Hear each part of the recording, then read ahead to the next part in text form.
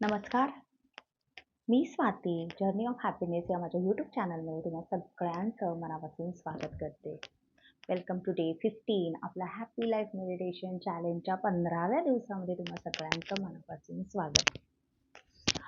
आज आहे आपला 15वा दिवस आणि नेहमीप्रमाणे खूप छान 5 मिनिटं शांत डोळे मिटून ध्यान करायचं आहे. तुमच्या श्वासावर लक्ष द्यायचं आहे. तुमचं ग्रॅटिट्यूड जर्नल म्हणजे आभार मानायचे आहेत. ही 5 वाक्य तुमच्या वहीमध्ये लिहायची आहेत. निसर्ग अनुभवायचा आहे. आज 15व्या दिवशी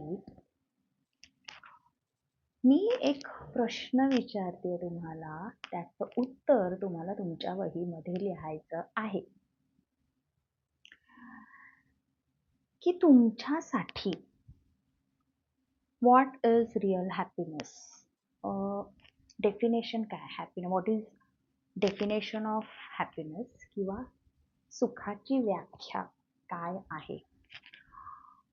खूपच सोपं करते की तुमच्या मते तुम्ही कधी म्हणाल असं स्वतःला की येस, ह्या गोष्टी मी अचीव केल्या किंवा ह्या गोष्टी माझ्याजवळ आहेत, सो मी आत्ता या क्षणी स्वतःला खूप सुखी, खूप समाधानी फील करते. म्हणजे थोडक्यात काय की सुखाची व्याख्या काय आहे तुमच्यासाठी हे तुम्हाला माहिती पाहिजे ना, की आपण पळतोय तर तुम्ही कशाच्या मागे पळताय? म्हणजे काय अशी बरं गोष्ट झाली की तुम्ही अगदी सुखी स्वतःला समजाल, हॅपी समजाल, खूप सॅटिस्फाईड, फुल ऑफ लाईफ असं तुम्हाला वाटेल, तर ते तुम्ही लिहून काढायचं आहे.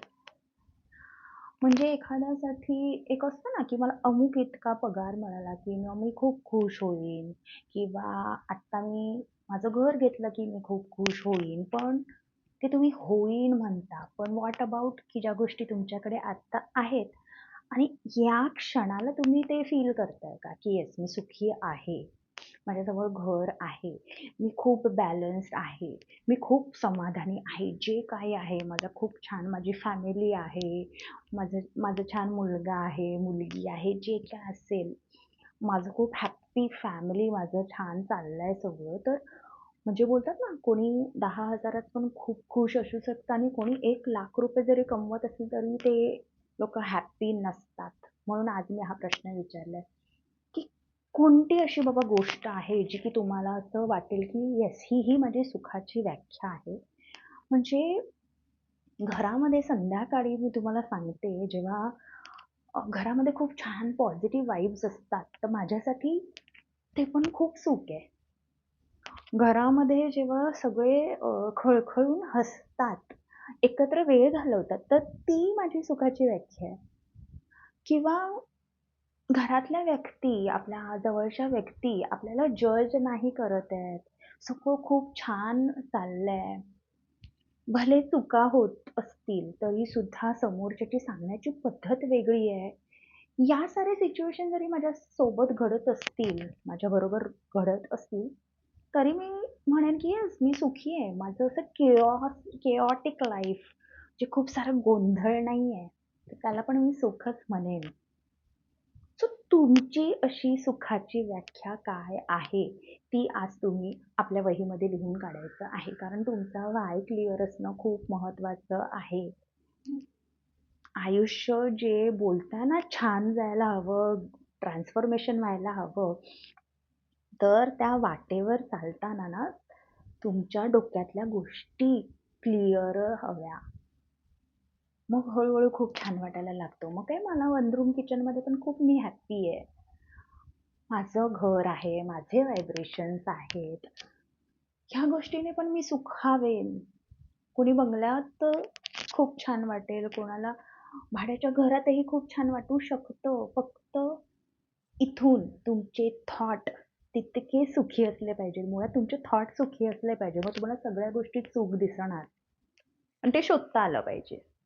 प्रत्येक गोष्टीमध्ये तुम्हाला सुख शोधता आलं पाहिजे.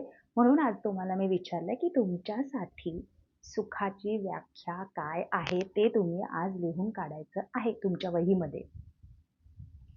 सो जेव्हा मी म्हणणार की अरे लिहून काढा, मग तुमचा फोकस जाणार आहे की अरे हां, हे तर आहे. ॲक्च्युली मी सुखी आहे. मी श्रीमंत आहे का गरीब आहे हा प्रश्न नाही विचारला. मी तुम्ही सुखी आहात का? समाधानी आहात का? आनंदी आहात का? हा प्रश्न विचारला. ओके. सो तुम्ही ते आज लिहून काढा. एक गोष्ट क्लॅरिटी होणार ना, तेव्हा बोलतात ना, आपण विचारांचं म्हणजे डिटॉक्स करताय तुम्ही, बॉडी डिटॉक्स करताय तरी तसं आपण आपले विचार एक क्लीन्स करतोय. सो आज हे नक्की लिहून काढा आणि खूप छान मस्त राहा, आनंदी राहा आणि सगळ्यात महत्त्वाचं ते म्हणजे तुम्ही स्वतःशी आणि निसर्गाशी कनेक्ट राहा. कारण एकदा का मी नेहमी बोलते, की एकदा का निसर्गाशी कनेक्ट झालात, की मग सगळं युनिव्हर्स बघून घेईल तुमच्यासाठी काय चांगलं आहे, तुमच्यासाठी काय चांगलं नाही आहे. तुम्हाला कोणत्या वेने तुमची जर्नी कसा तुमचा हात पकडून तुम्हाला पुढे न्यायचं हे सगळ्या गोष्टी युनिव्हर्स ॲक्च्युली बघतं. ॲक्च्युली युनिव्हर्स कधीच तुम्हाला त्यात बोलतात ना, की काही अशी जी लोकं असतात, की कामापुरतं तुमच्यासाठी छान-छान बोलणार, छान-छान राहणार, मध्येच तुम्हाला सोडून देणार. मग ती लोकं कुठचीही असू शकतात, घरातली असू शकतात, बाहेरची असू शकतात, तुमचे फ्रेंड्स असू शकतात. पण युनिव्हर्स असं करत नाही. एकदा का तुम्ही त्या झोनमध्ये आलात, युनिव्हर्सशी कनेक्ट झालात, युनिव्हर्स तुम्हाला शेवटपर्यंत गाईड करणार. फक्त तुमचं ते तुम्ही त्या व्हायब्रेशन्समध्ये रोज राहिलं पाहिजे.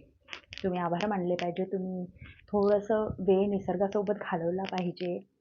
तुमचा बिलीफ हवा, की येस काहीतरी एक शक्ती आहे, पॉवर आहे. मग मी युनिव्हर्स माझ्यासाठी ती युनिव्हर्स आहे, तुमच्यासाठी ती देव असू शकतं, काहीही असू शकतं.